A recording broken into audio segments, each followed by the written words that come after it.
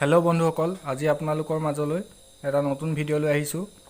আজি আলোচনা কৰিম দাঁতৰ বিষৰ ওপৰত। বন্ধুসকল, দাঁতৰ বিষ এক সমস্যা, যিটো সমস্যাৰ পৰা আমি বহুতেই উপশম পাবলৈ ডক্তৰৰ পৰামৰ্শ লওঁ বা কিছুমানে ঘৰুৱা পদ্ধতিৰে বিভিন্ন ধৰণৰ ব্যৱস্থা গ্ৰহণ কৰোঁ। বন্ধুসকল, আজি এনেকুৱা এটা আপোনালোকক দিহা দিম, যিটো দিহাৰ সহায়ত আপুনি দাঁতৰ বিষটো সম্পূৰ্ণৰূপে ভাল কৰিব নোৱাৰিলেও সেই বিষটোৰ পৰা বহুতখিনি উপশম লাভ কৰিব।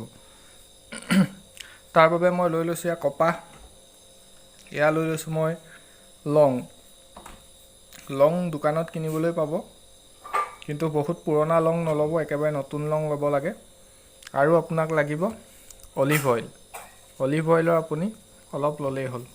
এতিয়া আপোনাৰ কামটো হ'ল কি, আপুনি এই ধুনীয়াকৈ এটা দৰৱ বনাব লাগিব। মই এতিয়া কেনেকৈ বনাব লাগিব মই আপোনালোকক কৈ দিম। প্ৰথমে আপোনালোকে অলিভ অইল 4-5 টোপালমান লৈ লংখিনি ধুনীয়াকৈ খুন্দি ল'ব। খুন্দি লোৱাৰ পিছত লঙৰ গুড়িখিনি অলিভ অইলৰ লগত মিলোৱাৰ পিছত আপুনি কপাহখন হাতত লৈ এনেকৈ লৈ পেলাই তাত তিয়াই আপুনি পূৰা ধুনীয়াকৈ তিয়াই লৈ লং চং লগাই অলিভ অইল লগাই ধুনীয়াকৈ তিয়াব। তিওৱাৰ পিছত আপোনাৰ যিটো দাঁতত বিষাইছে সেইটো দাঁতত ভৰাই পেলাই কামুৰি ধৰি থাকিব, আৰু কামুৰি ধৰি থকাৰ পিছত আপুনি দেখিব লাহে লাহে আপোনাৰ এই বেমাৰটো ভাল হৈ গৈছে।